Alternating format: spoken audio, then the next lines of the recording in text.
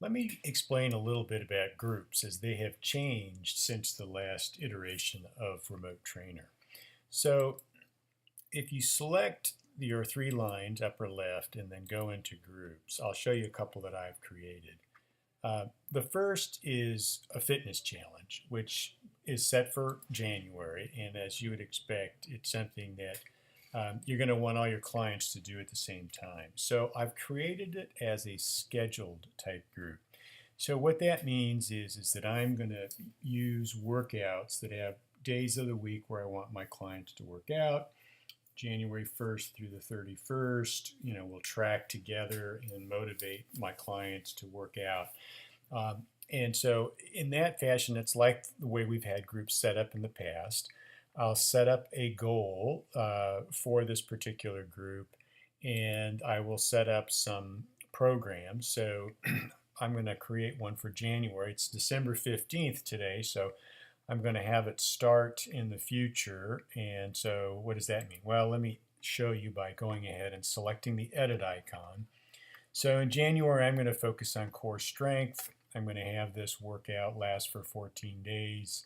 It's starting in the future, so as I add clients into this group, they're not going to get this workout until January 1st. Of course, I might want to send them a note, which I can do once I've added them into the group all at once. And if I had an intro that I wanted to add into it, an intro video explaining how to do it, I could do that as well. In terms of the progressions, I've created sort of a 2-week progression. So 3 workouts first week, 3 workouts the second week, and it's all there ready to go. If I'm just looking at it, I don't have to do anything. I can just go ahead and close it, and it's still there. And then I went ahead and created a February challenge. So this one's going to go the 1st through the 31st. It's going to end, and then the second one is going to pick up the next day. So your clients will always have something ready to go. So again, for purposes of thinking about scheduled workouts, you're going to be it's going to be structured. All of your clients are going to be working on the same time frame. You're going to want to add them in all in advance. You can see who's part of this group. You can add them into this group, and you can check their progress.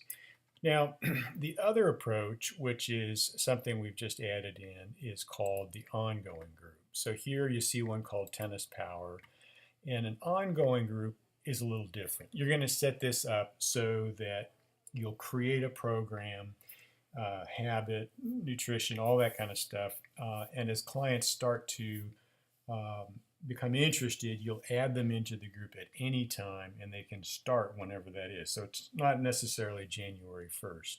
You'll still have a goal, you'll still have a set of programs, but you'll see here I don't have a date. So I'm going to activate this program. I may have habits I've added in, nutrition documents and guidance. Now let's look at my clients, and I'll see a difference. For any kind of ongoing group, I have those that have been activated that are in progress and those that have not yet started. So what does that mean? Well, I added them to this group, but I have to take a second step. And so if I select the configure program details, I'll see that this character, Michael Richards, has been activated. I've started at least one program, but you see I didn't actually activate the second. On this other character, his evil twin brother, I have not actually set anything in motion, so he doesn't have access to the program. That's the essential difference between the ongoing and scheduled. Ongoing, you're going to set the program in place, and you add the clients in, but then you separately activate them with the content you wish for them to have. Thanks.